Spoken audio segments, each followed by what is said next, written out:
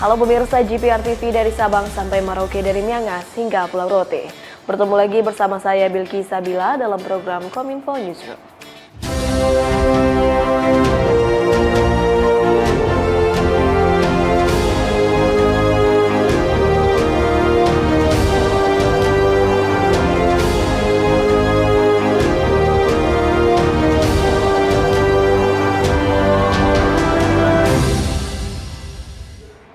Inilah Kominfo Newsroom selengkapnya. Pemirsa, Presiden Republik Indonesia Joko Widodo memastikan bahwa konferensi tingkat tinggi ASEAN ke-42 atau KTT ASEAN 2023 siap untuk dilaksanakan.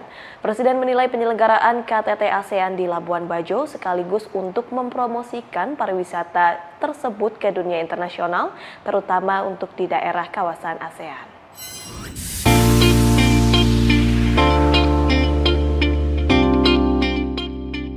2 hari menjelang KTT ASEAN Summit 2023, Presiden Joko Widodo meninjau kesiapan Labuan Bajo didampingi Ibu Iriana, Menteri Luar Negeri Retno Marsudi, beserta Panglima TNI Laksamana Yudo Margono dan Gubernur NTT Victor Laiskodat. Ketibaan Presiden dan Ibu Iriana disimulasikan sebagaimana penyambutan para pemimpin ASEAN yang akan menghadiri konferensi tingkat tinggi ke-42 ASEAN pada 10 hingga 11 Mei 2023 di Labuan Bajo, Kabupaten Manggarai Barat. Dalam keterangan kepada awak media, selepas mengikuti simulasi penyambutan tersebut, Presiden Joko Widodo menyatakan penyelenggaraan konferensi tingkat tinggi ASEAN di Labuan Bajo bermaksud untuk mempromosikan pariwisata wilayah itu ke dunia internasional, terutama ke kawasan ASEAN. Sebab dengan KTT ASEAN, semua mata dunia tertuju ke Labuan Bajo bahwa ada spot wisata indah Indonesia yang berada di Labuan Bajo, Nusa Tenggara Timur. Tetapi ini adalah momentum yang sangat baik kita dengan KTT ASEAN di Labuan Bajo untuk memarketing Labuan Bajo supaya semua dunia tahu di Indonesia ada yang namanya Labuan Bajo di Nusa Tenggara Timur. Ya. Lebih lanjut, Presiden menyebut saat ini seluruh jajaran pemerintah tengah berkonsentrasi pada penyelenggaraan KTT ASEAN serta keterlibatan aktif masyarakat Labuan Bajo dalam penyelenggaraan KTT ASEAN. Saya kira semuanya terlibat karena memang baik dalam penyambutan, baik dalam penyiapan event yang baik, dalam penyiapan homestay-nya semuanya, hotanya semuanya terlibat. Makanya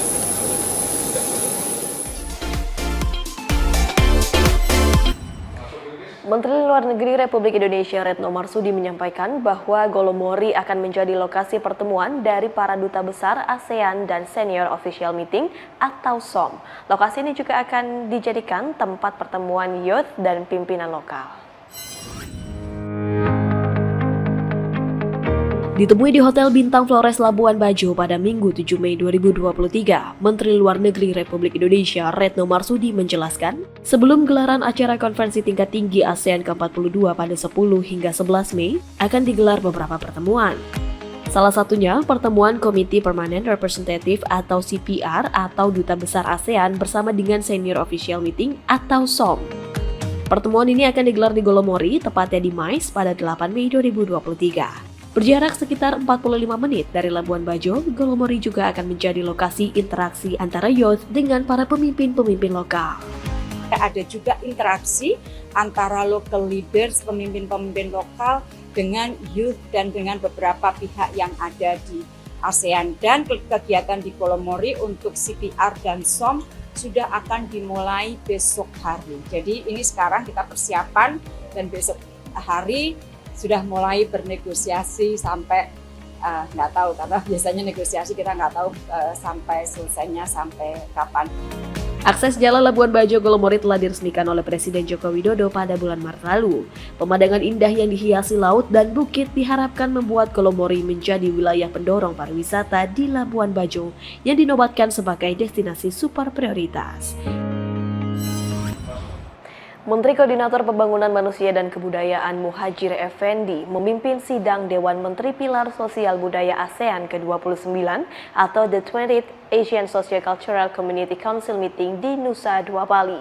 Dalam kesempatan tersebut, Muhadjir Effendi menyatakan bahwa Indonesia dapat mengakhiri kemiskinan ekstrim lebih cepat dari target agenda SDGs.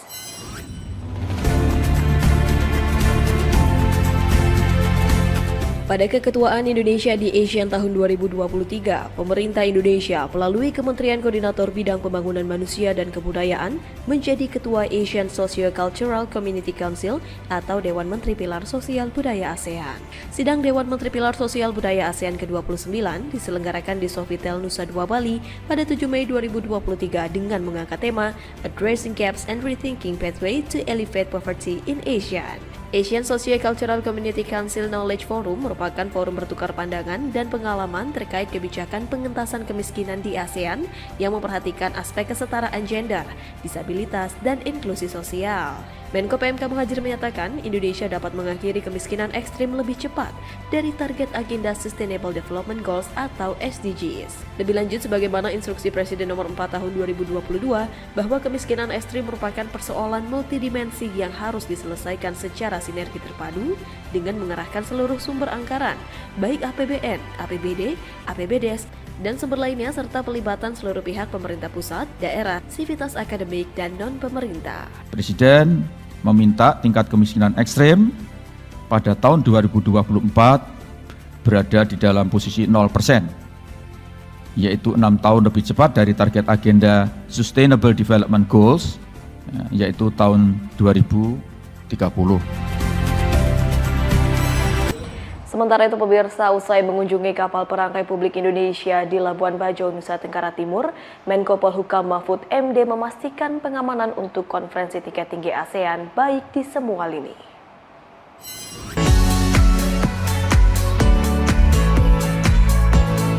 Menteri Koordinator Bidang Politik, Hukum, dan Keamanan Mahfud MD memastikan pengamanan KTT ASEAN di Labuan Bajo, Nusa Tenggara Timur baik di berbagai lini. Mahfud MD memberikan apresiasi keberadaan KRI Dr. Wahidin Sudirohusodo sebagai kapal bantu rumah sakit KBRS yang akan melakukan penanganan medis bagi peserta KTT maupun personil pengamanan. KRI Dr. Wahidin Sudirohusodo menyediakan fasilitas kesehatan yang cukup lengkap. Di antaranya yakni 11 dokter spesialis, 28 tenaga perawat, 1 analisis laboratorium, 56 tempat tidur ruang perawatan, 3 tempat tidur intensive care unit, 2 tempat tidur high care unit, 4 kamar operasi steril, 1 kamar operasi non-steril, 1 apotik, gudang farmasi, 2 ambulans bos, klinik rawat jalan, dan 1 mobil hyperbaric chamber. Tersedia seluruh peralatan canggih yang serba digital dan 11 dokter spesialis. Ini yang siap mengantisipasi segala kemungkinan, sehingga kalau saya membuat list keamanan itu mulai dari terorisme, intelijen, keamanan di jalan, rumah sakit, dan seterusnya. Alhamdulillah hari ini persiapan KTT sudah berjalan aman. Keketuaan Indonesia bertujuan menjadikan ASEAN sebagai pusat pertumbuhan dunia. Indonesia akan memperkuat kapasitas dan efektivitas kelembagaan ASEAN sehingga mampu menjawab tantangan untuk 20 tahun ke depan. Pemirsa, usai jeda kami akan kembali dengan beragam informasi lainnya. Tetaplah bersama kami dalam Kominfo Newsroom.